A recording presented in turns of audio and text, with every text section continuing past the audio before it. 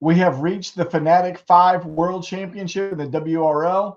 The wild card round of the APFL is complete, and the F3L ended the regular season, and they are pinning the playoffs. All of this and more in 20 seconds.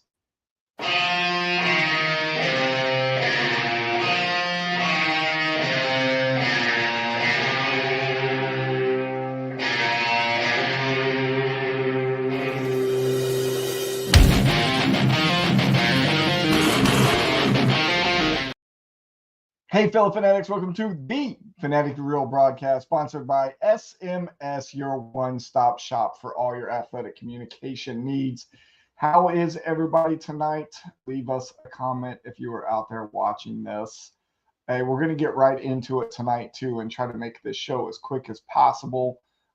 We got a lot to put out in a short period of time, so let's get to it. We are going to talk about Week 14's games, which was the regional finals in the WRL. Hanley, how are you, my friend? Good talking to you earlier today, brother.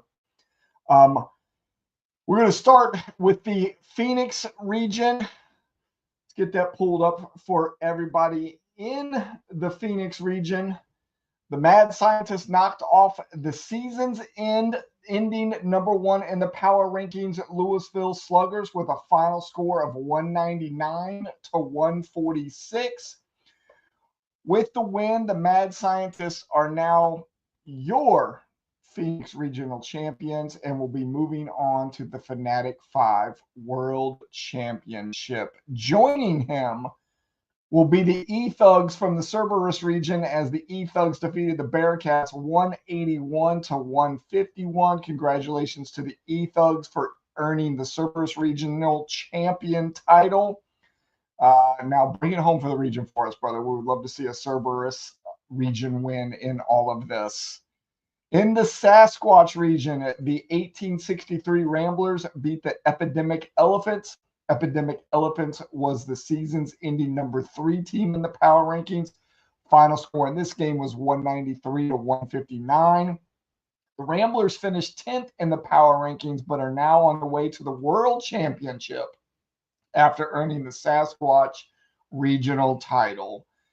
Ted Lasso's finished second in the end of season power rankings and will be moving on to represent the Banshees region in the Worlds after they knocked off the New York Jackets 168 to 123.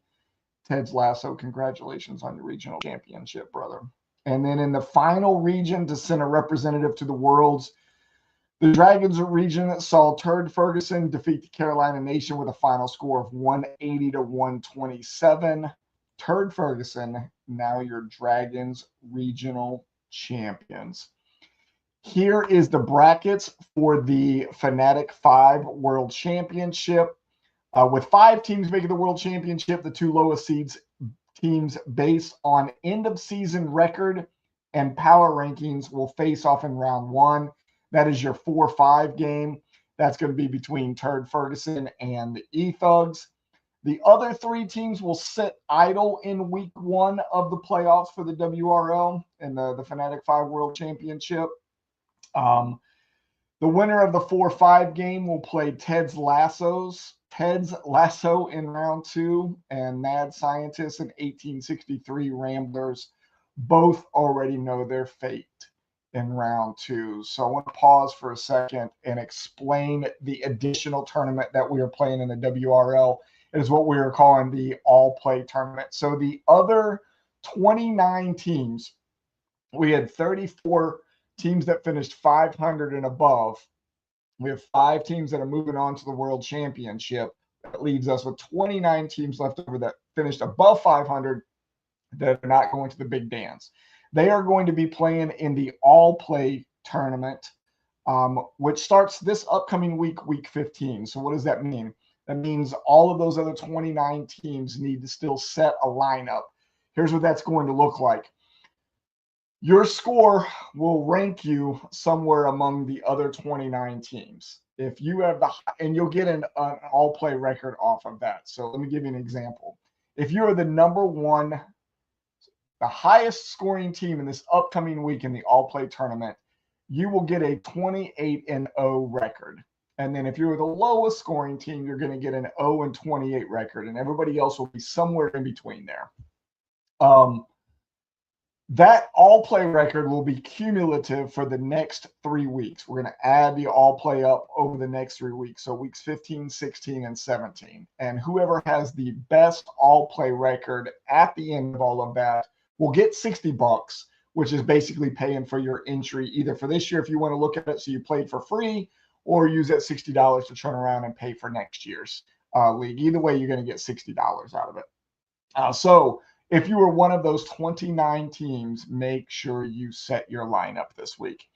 If there ends up being a tie at the end of that, what we will do is we will treat as if those two teams played against each other each of the 3 weeks, and whoever has the better record, either the 3-0 or the 2-1 record, will end up getting the win if there is, in fact, a tie. All right, let's shift gears. That's all we got for the WRL. Let's shift gears and let's talk about the APFL in the wild card round. So let's start on the AFC side of the bracket. The number 2 Cincinnati Cats were beat by the 7th seeded Houston Toros. Final score there was 80-75. The number 3 Jacksonville Wildcats knocked off the number 6 Pittsburgh Forge with a final score there of 94-82.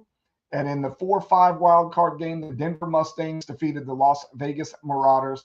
Final score there was 138-82. Shift on to the other side of the bracket on the NFC side.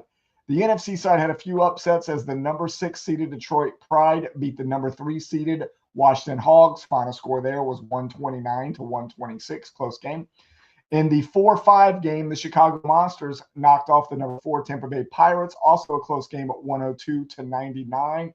And with the expected win, the number 2 San Francisco Miners defeated the number 7 Dallas Desperados. Final score there 112-96. That means in the divisional round, back on the AFC side, the number 1 seeded Buffalo Mafia will now face the Toros, and the Wildcats will match up against the Mustangs. And then on the NFC side, and Damien just brought this up, and I've got it in my notes tonight too, Damien. On the NFC side, all 3 NFC North teams that got into the playoffs are still in the playoffs. The Green Bay Cheeseheads will be facing their divisional rival, the Detroit Pride, and then the Miners will be facing off against the Monsters. So congratulations to the NFC North. And now that we have added 3 more teams from each conference to what the 2025 APFL draft order is going to look like for the first round, put a new graphic together for you all tonight.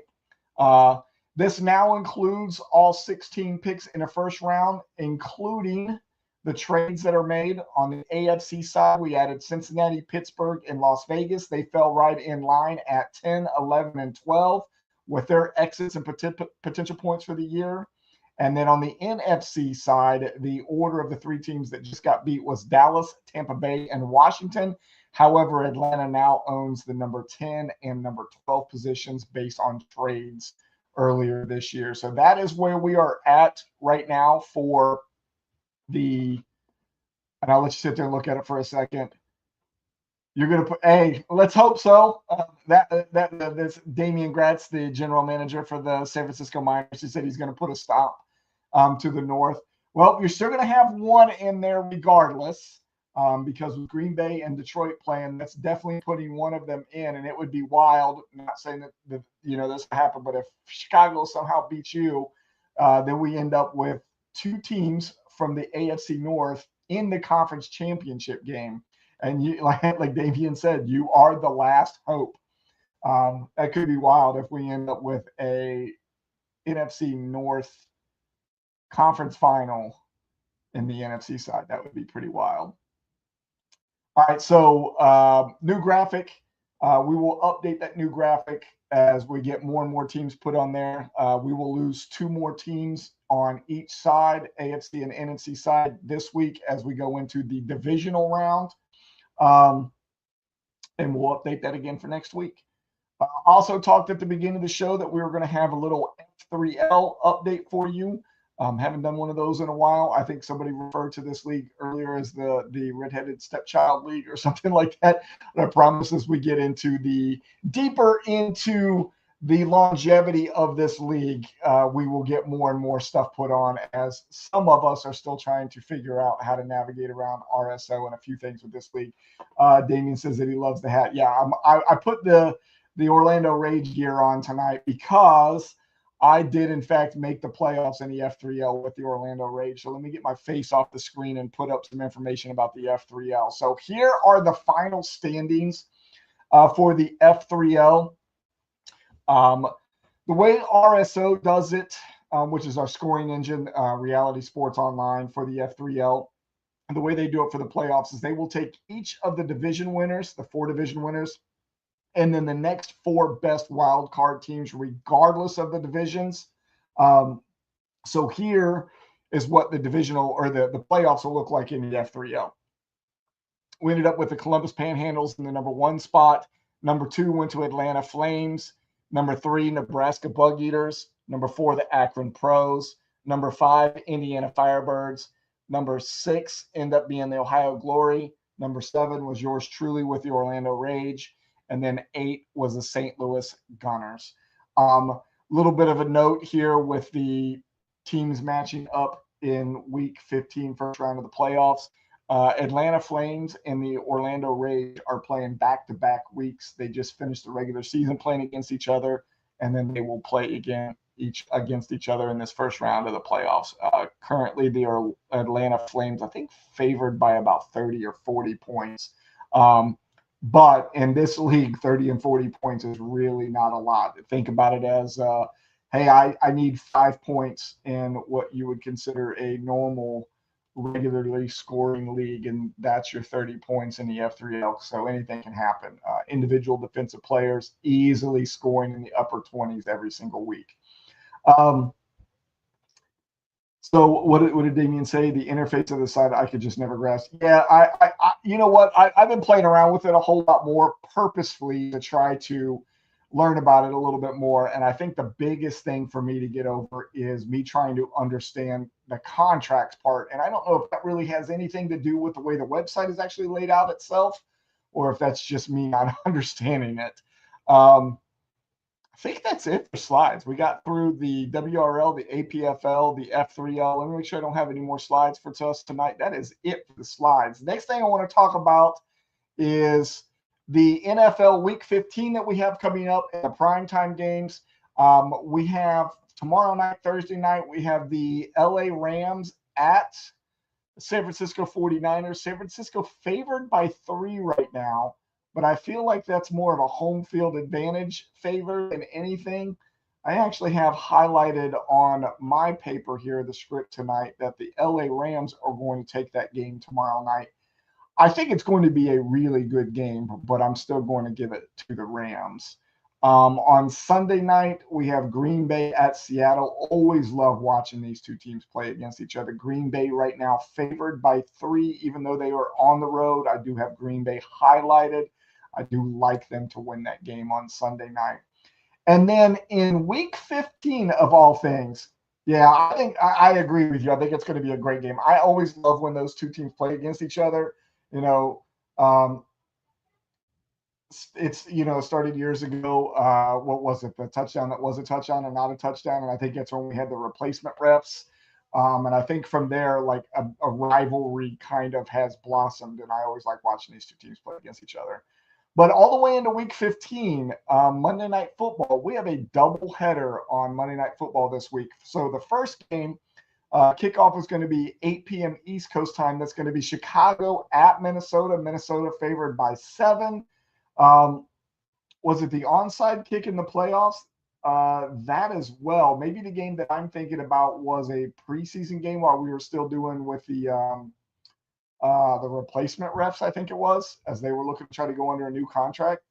We'll have to think about how far back that goes.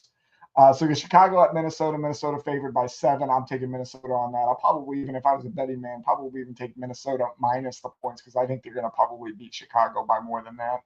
And then the second Monday night game, kickoff is at 8:30 p.m. East Coast time, and that's going to be Atlanta at Las Vegas. I know Atlanta's been struggling a little bit lately, but Vegas hasn't been doing much better. They have all kinds of quarterback issues right now. I guess Atlanta does too. But I'm still picking Atlanta. Atlanta is favored by 4, and I'm going to take them to win that game. And we are outside of the buys now. No more buys for the rest of the season. So if you are in the playoffs in any FSA leagues or any other leagues, you don't have to deal with that anymore.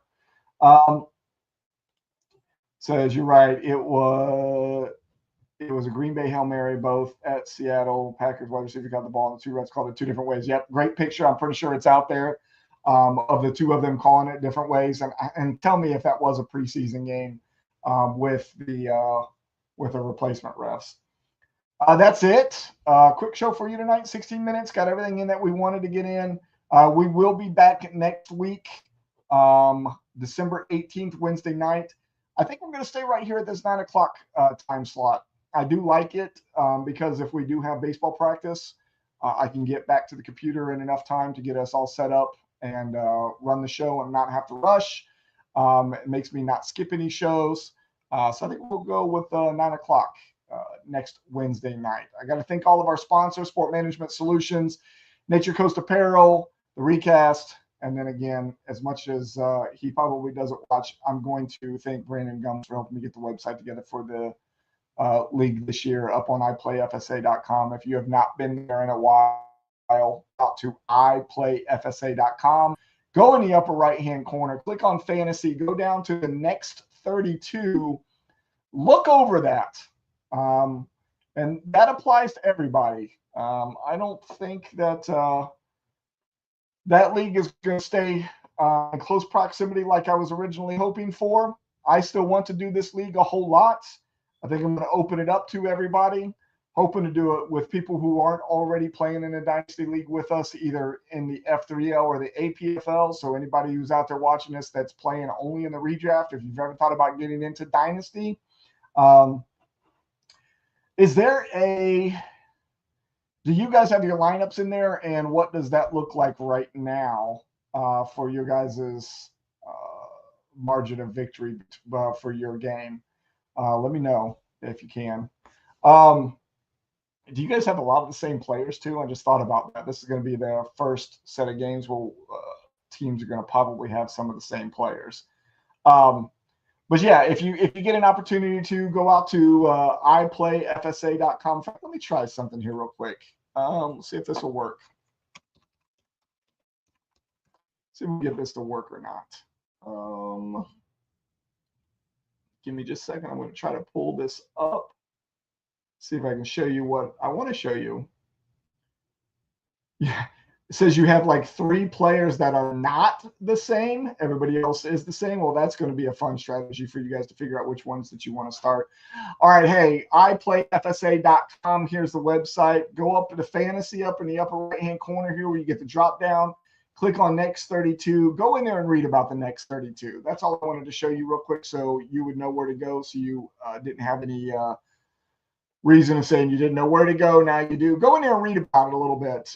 Anything that's referenced to the CSRA, just think about that not being CSRA and open to anybody. Priority would be to anybody who's not playing Dynasty with us yet, and then try to fill in the remaining spots with anybody who might already play in Dynasty with us and wants another league to play in.